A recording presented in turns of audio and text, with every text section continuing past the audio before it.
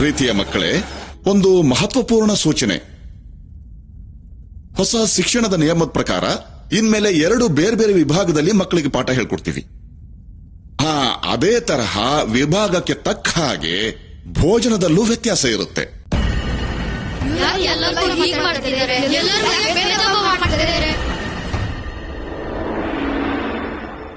ಇದು ಮಕ್ಕಳಿಗಾಗ್ತಾ ಇರೋ ಅನ್ಯಾಯ ದಂಡಪಾಣಿ.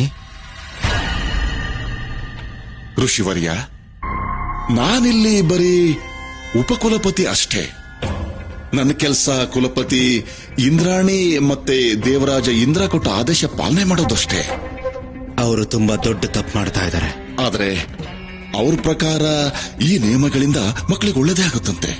ಅವರ ಅಭಿಪ್ರಾಯ ಏನೇ ಇರಲಿ, 2 ವಿಭಾಗಗಳನ್ನಾಗಿ ಮಾಡೋದು ಯಾವತ್ತಿಗೂ ಒಳ್ಳೆ ವಿಷಯ ಅಲ್ಲ ಆಚಾರ್ಯ ದಂಡಪಾಣಿ.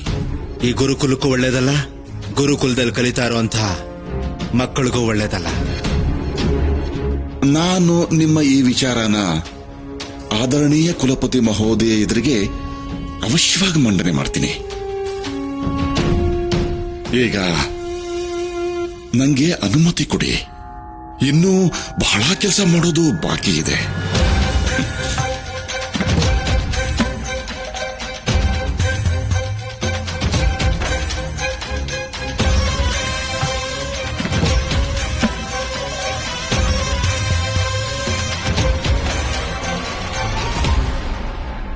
ಈಗ ನೀವೇ ಏನಾದ್ರೂ ಮಾಡಿ ಆಚಾರ್ಯರೇ. ಗುರುಮಾತೆ ಗುರುಕುಲಕ್ಕೆ ವಾಪಸ್ ಬರ್ಬೇಕು ಅಂತ ನೀವೇ ಅವರಿಗೆ ಹೇಳಿ ಗುರುಗಳೇ. ನಾವು ನಿಮ್ಮ ಹತ್ರ ಬೇಡ್ಕೊತಾ ಇದೀವಿ ಆಚಾರ್ಯರೇ, ನಮ್ ಭವಿಷ್ಯ ಹಾಳಾಗದೆ ಇರೋ ಹಾಗೆ ನೀವು ಕಾಪಾಡಿ. ನಾನು ಖಂಡಿತ ಪ್ರಯತ್ನ ಮಾಡ್ತೀನಿ ದೇವಿ ಅನಸೂಯಂಗೆ ಅರ್ಥ ಮಾಡಿಸೋಕೆ. ನನಗೆ ಪೂರ್ತಿ ವಿಶ್ವಾಸ ಇದೆ. ದೇವಿ ಅನಸೂಯ ನಿಮ್ಮಂಥ ಮಕ್ಕಳ ಮಾತನ್ನ ಯಾವತ್ತೂ ತಿರಸ್ಕಾರ ಮಾಡೋದಿಲ್ಲ.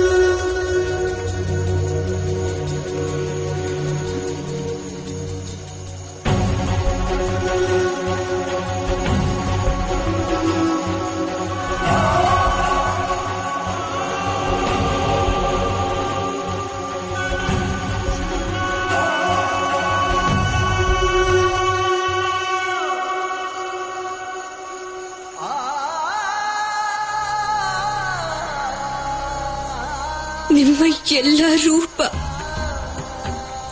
ಎಲ್ಲ ಅವತಾರ ನನಗೆ ಇಷ್ಟನೇ. ಆದ್ರೆ ಈ ನಿಮ್ಮ ಸೌಮ್ಯ ಬಾಲರೂಪ ನಾನು ಇದರ ಕಲ್ಪನೆ ಕೂಡ ಮಾಡಿರ್ಲಿಲ್ಲ. ನಿಮಗ್ ಗೊತ್ತಿದ್ಯಾ ಇಷ್ಟು ದಿನಗಳು ನಾನು ಯಾಕೆ ನಿಮ್ ಹತ್ರ ಬರ್ಲಿಲ್ಲ ಅಂತ? ನನ್ನ ಮನ್ಸಲ್ಲಿ ನೋವಿತ್ತು, ಆದ್ರೆ ನನ್ನ ಪ್ರೀತಿ ಬಗ್ಗೆ ನಂಬಿಕೆ ಇತ್ತು. ಯಾಕಂದ್ರೆ ಒಂದಲ್ಲ ಒಂದಿನ ನೀವು ಕೈಲಾಸಕ್ಕೆ ಮತ್ತೆ ಬಂದೇ ಬರ್ತೀರಾ ಅಂತ. ಆದ್ರೆ ಇಷ್ಟೆಲ್ಲ ನಿರೀಕ್ಷೆ ಮಾಡಿದ ಮೇಲೂ ನೀವು ಬರಲೇ ಇಲ್ಲ. ನನ್ನ ಪ್ರೀತಿ, ನಿಮ್ಮ ಮೇಲೆ ನನಗಿರೋ ಅಭಿಮಾನ ಮತ್ತೆ ಕೋಪಕ್ಕೆ ತಿರುಗೋದಕ್ಕಿಂತ ಮುಂಚೆನೆ ನಾನು ನಿಮ್ಮ ಹತ್ರ ಬಂದ್ಬಿಟ್ಟೆ ಮಹಾದೇವ. ಇವತ್ತು ನಿಮ್ಮ ಶಕ್ತಿ ಆಗಲ್ಲ, ನಿಮ್ಮ ಪಾರ್ವತಿ, ನಿಮ್ಮ ಅರ್ಧಾಂಗಿಣಿ ಬಂದಿದ್ದಾಳೆ.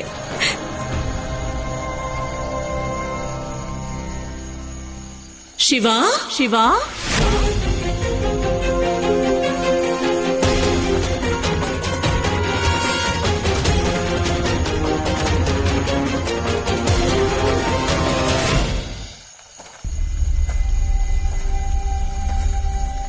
ಶಿವ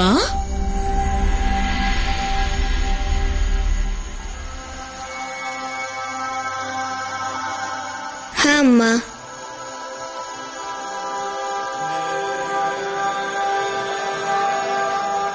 ಈ ಮಧ್ಯರಾತ್ರಿಲಿ ನೀನು ಇಲ್ಲೇನ್ ಮಾಡ್ತಾ ಇದ್ಯಾ? ಇದು ನಿದ್ದೆ ಮಾಡೋ ಸಮಯ ಅಲ್ವಾ? ಹೌದು ಅಮ್ಮ, ನನ್ಗಿಲ್ಲಿ ತುಂಬಾ ಇಷ್ಟ ಆಗತ್ತೆ. ಆದ್ರೆ ನಿದ್ದೆನೂ ಮಾಡ್ಬೇಕು ಅಲ್ವಾ? ಹೌದು ಅಮ್ಮ. ಸರಿ, ಇವತ್ತು ನಾನು ನಿನ್ನನ್ನ ಇಲ್ಲೇ ಮಲಗಿಸ್ತೀನಿ.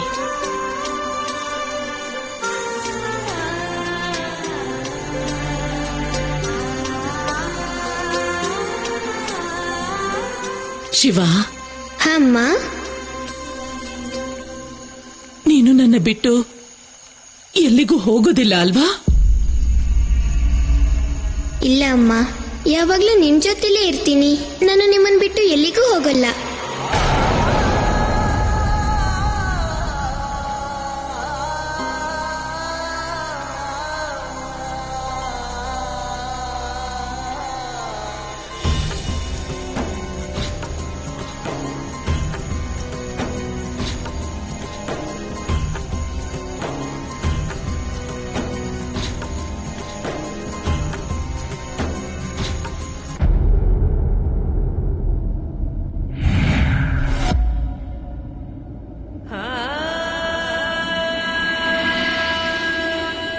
ಮಹಾದೇವ, ನನ್ನ ಪ್ರೀತಿಯ ಮೇಲೆ, ನಿಮ್ಮ ಪಾರ್ವತಿಯ ಮೇಲೆ ಇನ್ನು ಎಷ್ಟು ನೋವಾಗೋದಿದೆ. ನನ್ನ ಸಹನೆಯ ಶಕ್ತಿ ಮುಗಿತಿದೆ ಮಹಾದೇವ. ನನ್ನೊಳಗೆ ಕ್ರೋಧದ ಜ್ವಾಲೆ ಮತ್ತೆ ಆವರಿಸ್ಕೊಳ್ತಿದೆ. ನಾನು ನನಗಿರೋ ನಿಯಂತ್ರಣನ ಕಳ್ಕೊಳ್ತಾ ಇದ್ದೀನಿ ಮಹಾದೇವ.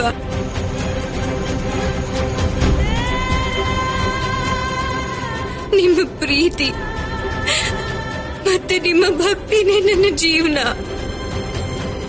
ನಾನು ಪ್ರಯತ್ನಿಸ್ತೀನಿ ಮಹಾದೇವ. ನಾನು ಪ್ರೀತಿ ಮತ್ತೆ ಭಕ್ತಿಯ ಮಾರ್ಗದಲ್ಲೇ ಇರ್ತೀನಿ. ಆದ್ರೆ ನನ್ನೊಳಗಡೆ ಇರೋ ಅಗ್ನಿ ಜ್ವಾಲಾಮುಖಿಯಾಗಿ ಪರಿವರ್ತನೆ ಆಗೋದ್ರೊಳಗೆ ಮತ್ತೆ ಮರಳಿ ಬನ್ನಿ ಮಹಾದೇವ, ದಯವಿಟ್ಟು ಬನ್ನಿ.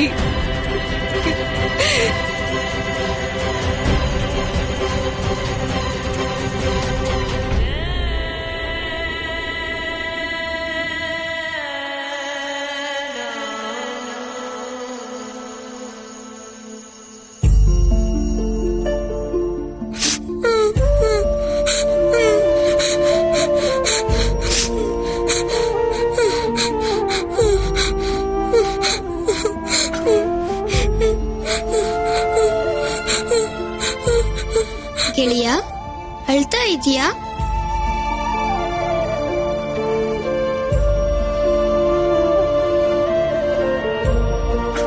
ಹೌದು ಗೆಳೆಯ, ನಂಗೆ ತುಂಬಾ ದುಃಖ ಆಗ್ತಿದೆ. ನಂಗೆ ಯಾರು ಇಲ್ಲ. ಅಮ್ಮ, ಅಪ್ಪ, ಅಣ್ಣ ಯಾರು ಇಲ್ಲ. ನಿನ್ ಗೆಳೆಯನಾಗಿ ನಾನಿದ್ದೀನಲ್ಲ. ನೀನು ಅಳ್ಬೇಡ. ನಿನ್ನ ಅಪ್ಪ ಅಮ್ಮ ನಿನ್ಗೆ ಎಲ್ಲಿವರೆಗೂ ಸಿಗೋದಿಲ್ವೋ ಅಲ್ಲಿವರೆಗೂ ನನ್ನ ಅಪ್ಪ ಅಮ್ಮನೇ ನಿನ್ನ ಅಪ್ಪ ಅಮ್ಮ ಆಗಿರ್ತಾರೆ. ನನ್ನ ಅಣ್ಣ ನಿನ್ಗೂ ಅಣ್ಣನೇ ಆಗಿರ್ತಾನೆ. ನಾವೆಲ್ಲ ನಿನ್ನವ್ರು.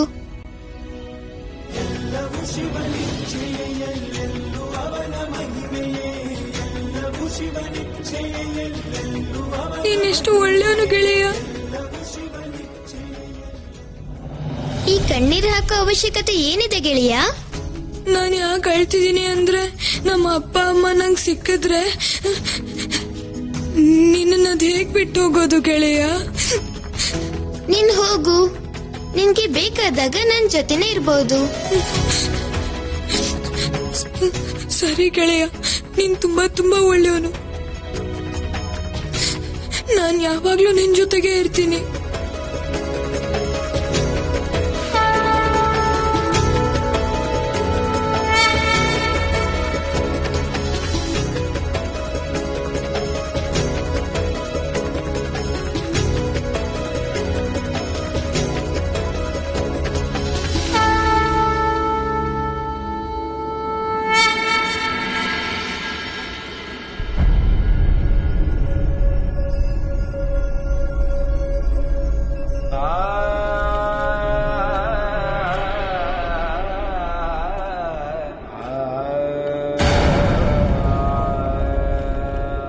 ಇದೇನ್ ಮಾಡ್ತಿದ್ದೀರಾ ಋಷಿಭೃಂಗಿ? ಪ್ರಾಯಶ್ಚಿತ್ತ, ನನ್ನ ತಪ್ಪಿಗೆ ಪ್ರಾಯಶ್ಚಿತ್ತ ಮಾಡ್ಕೊಳ್ಳೋ ಪ್ರಯತ್ನ ಮಾಡ್ತಾ ಇದ್ದೀನಿ ನಂದಿ. ಯಾವ ತಪ್ಪಿಗೆ? ಮೂರ್ಖತನದಿಂದ ಮಹಾಮಿಲನದ ರಾತ್ರಿ ಪ್ರಭು ಮತ್ತೆ ಮಾತೆಯ ಏಕಾಕಾರ ರೂಪನ ಬೇರೆ ಮಾಡೋ ತಪ್ಪು ಮಾಡ್ಬಿಟ್ಟಲ್ಲ, ಆ ತಪ್ಪಿಗೆ ಪ್ರಾಯಶ್ಚಿತ್ತ ಮಾಡ್ಕೋತಾ ಇದ್ದೀನಿ ನಂದಿ. ಇದು ಸತ್ಯ ಋಷಿಭೃಂಗಿ. ಪ್ರಭು ಮತ್ತು ಮಾತೆಯ ಕಾರಣದಿಂದನೇ ಸೃಷ್ಟಿ ನಡೆಯೋದು. ಎರಡೂ ಒಂದಕ್ಕೊಂದು ಪೂರಕ.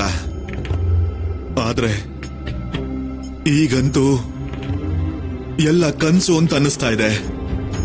ಪ್ರಭು ಮತ್ತೆ ಮಾತೆ ಇಬ್ರು ಬೇರೆ ಬೇರೆ ದಿಕ್ಕಿನಲ್ಲಿದ್ದಾರೆ. ಯಾವತ್ತು ಇವರಿಬ್ಬರ ಮಿಲನವಾಗುತ್ತೋ ಅಲ್ಲಿವರೆಗೂ ಈ ಕೈಲಾಸದಲ್ಲಿ ಏನಾಗುತ್ತೋ ಗೊತ್ತಿಲ್ಲ. ನಂದಿ, ಮಹಾದೇವ ಅಂತೂ ಮಹಾದಾನಿ, ಎಲ್ಲವನ್ನೂ ಕೊಡ್ತಾನೆ. ಒಂದು ಸಲ ಮಾತೆ ಬಂದು ನಾನು ಮಾಡಿರೋ ಈ ಶಿವಲಿಂಗದ ಮೇಲೆ ಅಭಿಷೇಕ ಮಾಡಿದ್ರೆ ಆಗ್ಲಾದ್ರೂ ಮಾತೆ ಕೈಯಿಂದ ಮಾಡಿರೋ ಪೂಜೆಯ ಫಲವಾಗಿ ಪ್ರಭುವಿನ ಆಗಮನ ಆಗಬಹುದು. ಹಾಗೆ ಮಾತೆಯ ದುಃಖನೂ ಕೊನೆಯಾಗಬಹುದು. ಋಷಿ ಭೃಂಗಿ ನಿಜಾನೇ ಹೇಳ್ತಿದ್ದಾರೆ ನಂದಿ. ನಿನ್ನ ಕೈ ಮುಗಿದು ಬೇಡ್ಕೋತೀನಿ ನಂದಿ, ನೀನೇ ಹೋಗಿ ಮಾತೆನ ಪೂಜೆಗೆ ಒಪ್ಸಿ ಕರ್ಕೊಂಡ್ ಬಾ.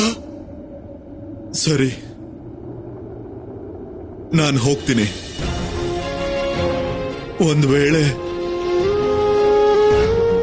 ಮಾತೆ ಇಲ್ಲಿಗೆ ಬಂದು ಪೂಜೆ ಮಾಡೋದ್ರಿಂದ ಈ ಶಿವಲಿಂಗದಲ್ಲಿರೋ ನಮ್ಮ ಪ್ರಭುಗೆ ನಮ್ಮ ಮೇಲೆ ಕರುಣೆ ಬಂದು ಅವರು ಬರ್ತಾರೆ ನಂದಿ, ಪ್ರಭು ಖಂಡಿತವಾಗ್ಲೂ ಬರ್ತಾರೆ. ಹೊರಡ್ತೀನಿ ಋಷಿಭೃಂಗಿ.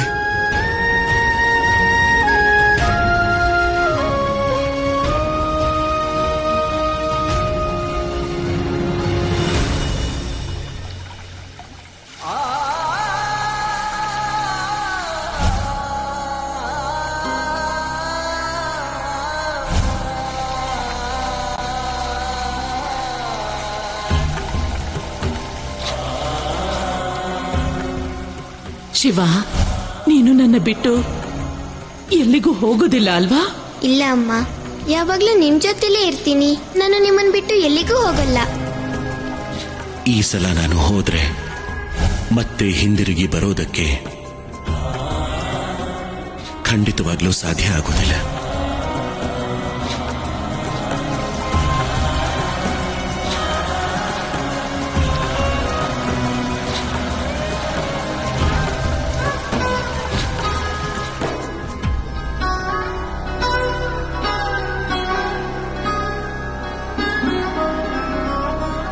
ಮಾತೆ,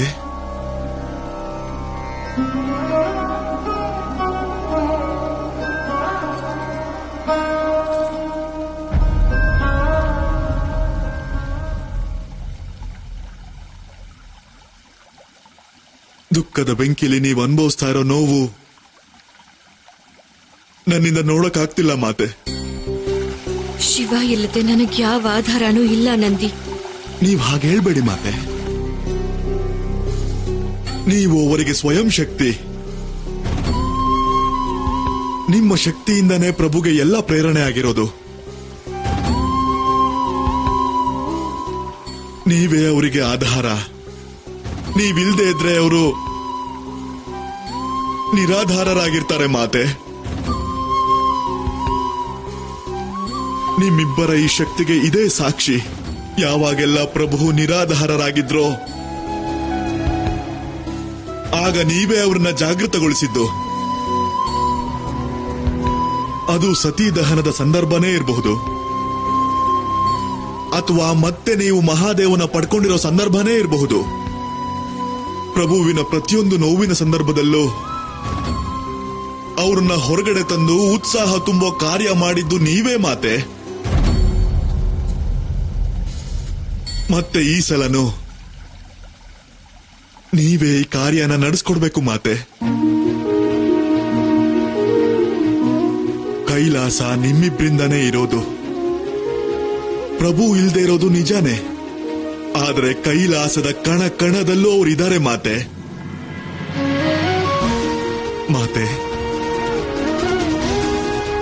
ನಾವೆಲ್ಲರೂ ಹೊರಗಡೆ ಪ್ರಭುವಿನ ಶಿವಲಿಂಗ ಮಾಡಿದ್ದೀವಿ.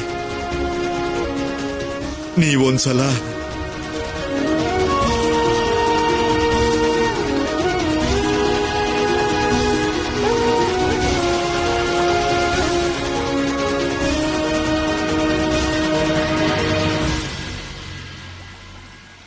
ಆಗ್ಲಿ ನಂದಿ. ನನ್ನ ಮತ್ತು ನನ್ನ ಮಹಾದೇವನ ದಾಂಪತ್ಯ ನಮ್ಮ ವ್ಯಕ್ತಿಗತ ಜೀವನ. ಆದ್ರೆ ನಿನ್ನ ವಿಶ್ವಾಸ ಹಾಗೆ ಕೈಲಾಸದಲ್ಲಿರೋ ಮಹಾದೇವನ ಭಕ್ತರ ವಿಶ್ವಾಸವನ್ನ ನಾನು ನಿರಾಕರಿಸೋದಿಲ್ಲ.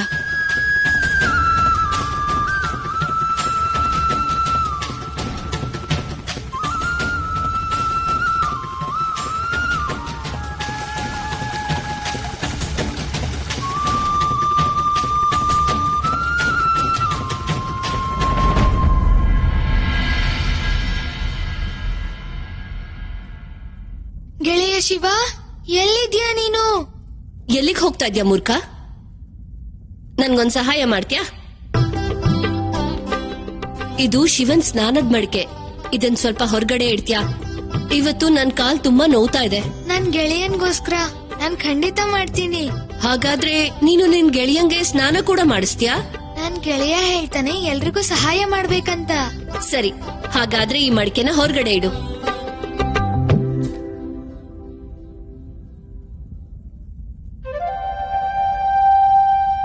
ಇದು ಹಾಲಲ್ವಾ?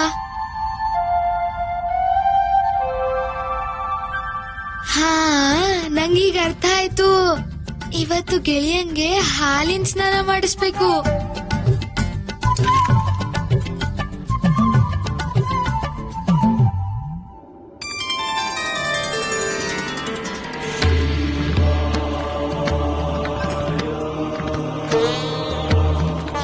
ಬನ್ನಿ ಮಾತೆ.